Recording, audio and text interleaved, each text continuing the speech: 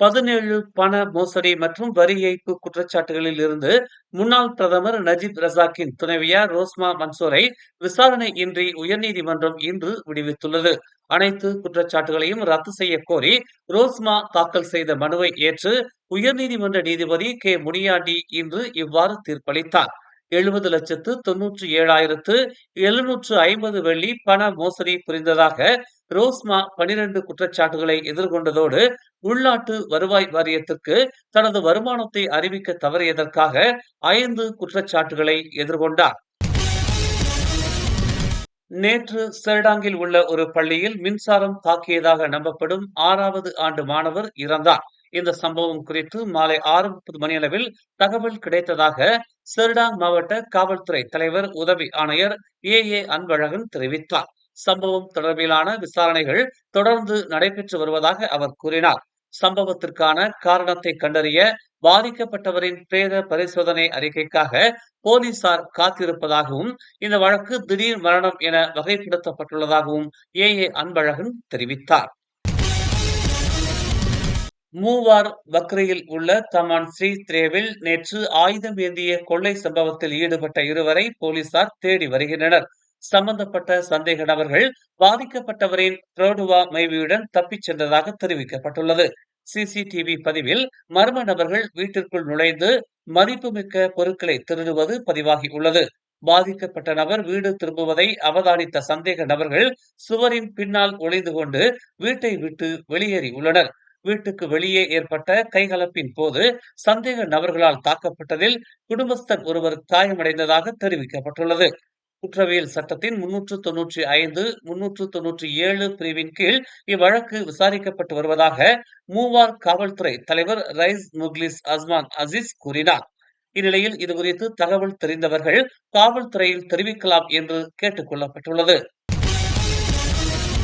போலியான முதலீட்டில் தனது வாழ்நாள் சேமிப்பு பணத்தை முதலீடு செய்த 45 வயது ஆடவர் 5,44,200 வெள்ளி பணத்தை இழந்துள்ளதாக கூலாய் மாவட்ட காவல்துறை தலைவர் உதவி ஆணையர் தான் செங் லீ தெரிவித்தார்.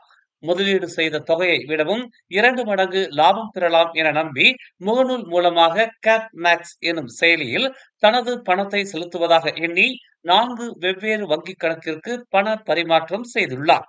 பணத்தை செலுத்திய சில நாட்களிலேயே 94 லட்சம் வெள்ளி லாபம் பெற்றதாக செயலியில் குறிப்பிட்ட நிலையில் மறுநாள் செயலி பயன்பாட்டில் இல்லை எனும் குறுஞ்செய்தியை மட்டும் தாம் பெற்றதாக அவ்வாடவர் கூலாய் மாவட்ட காவல் நிலையத்தில் புகார் அளித்துள்ளார்.